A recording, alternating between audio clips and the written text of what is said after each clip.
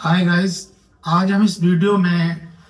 मिलजुमला गाटाओं का बंटवारा कैसे हो सकता है इसके बारे में हम डिस्कस करेंगे। बीच में मेरी वीडियो जो है वो स्किप ना करें, एंड तक बने रहें जिससे पूरे लीगल फैक्ट्स आपको समझ आ सके। अगर किसी कृषि भूमि का मिलजुमला नंबर है, मिलजुमला नंबर एक सादा नंबर होता है, कभी कभी आपने देखा हो खतौनी में मी करके लिखा होता है, वो मिलजुमला नंबर कहा जाता है। और मिलजुमला नंबर के बहुत सारे सह खातेदार अगर हैं और उनमें आपस में बंटवारा नहीं हुआ है तो वो किस तरह अपना बंटवारा कर सकते हैं? क्या वो डीएम को अथॉरिटी है ऐसे मिलजुमला नंबर को का बंटवारा करने की? डी एसडीएम कब उसको मिलजुमला नंबर को बंटवारा कर सकता है, पहले तो मैं ये बताऊंगा। अगर मिलजुमला नंबर के सभी सह खातेदारों का वो अपने अपने आपस में उन्होंने बंटवारा करके और अपनी कृषि भूमि पर काबज हैं और कृषि कार्य करते चले आ रहे हैं, अगर वो एसडीएम के समक्ष कोई प्रार्थना पत्र दें 116 में के साहब हमारा इसका बंटवारा कर दिया जाए, तो एसडीएम भी उसका बंटवारा कर सकता है। लेकिन उसमें अगर ऑब्जेक्शन है, कुछ सह खातेदारों का ऑब्जेक्शन है कि साहब हमें भी अच्छी जमीन चाहिए, ये वो खराब जमीन है उस पर हम काबिज है, ये अच्छी जमीन पर काबिज है, तो इस तरह का अगर ऑब्जेक्शन एक आपस में मतभेद उनमें है सह खातेदारों में, तो एसडीएम जो है उस फाइल को फॉरवर्ड डीएम के लिए कर दिया और डीएम उस पर उस मिलजुमला नंबर पर प्रपत्र 5 में रिपोर्ट मांगेगा, भौतिक सत्यापन करा के कि भाई इसका भौतिक सत्यापन करके जो है जो उस एरिया का लेखपाल है उससे मांगेगा, प्रपत्र 5 में उसको रिपोर्ट पेश करेगा। उसके बाद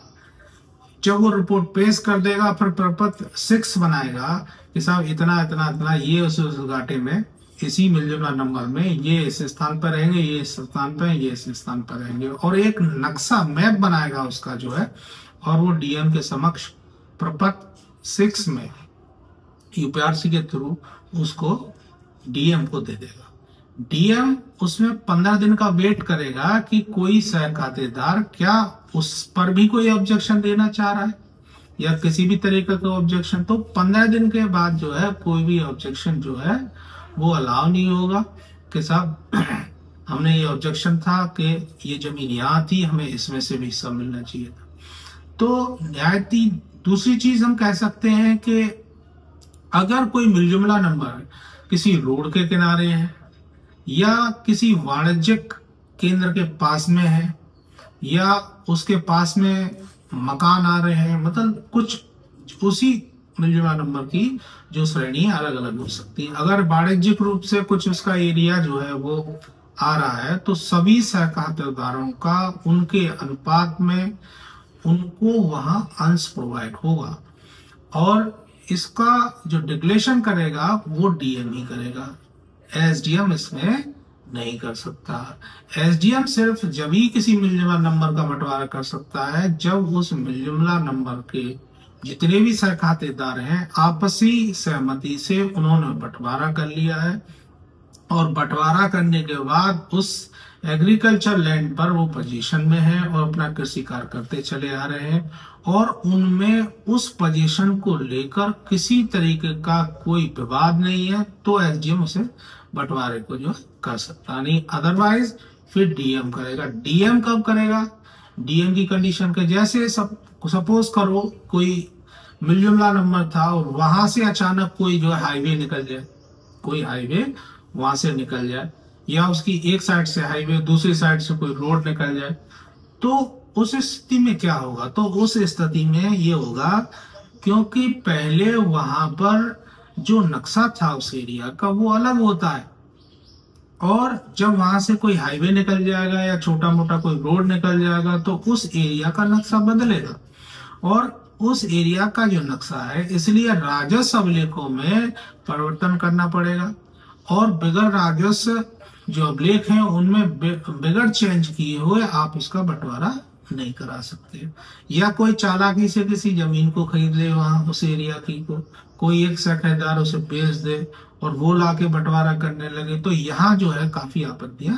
आ सकती हैं। तो इसलिए अगर इस तरह का कोई हाईवे या छोटा मोटा रोड अगर उस एग्रीकल्चर जो मिलजुमला नंबर है वहां से पास से निकला है तो वहां सबसे पहले सेक्शन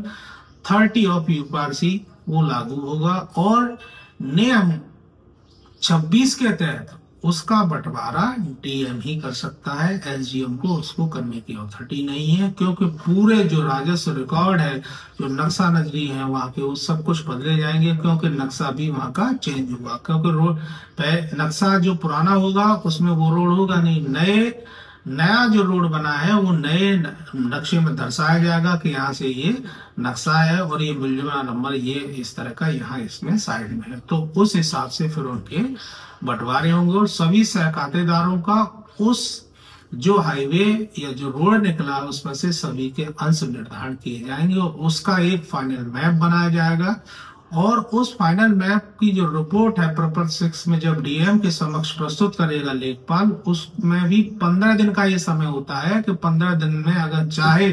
तो कोई भी सहखातेदार जो है वो अपना जो ऑब्जेक्शन उसमें इन फ्रंट ऑफ डीएम दे सकता है।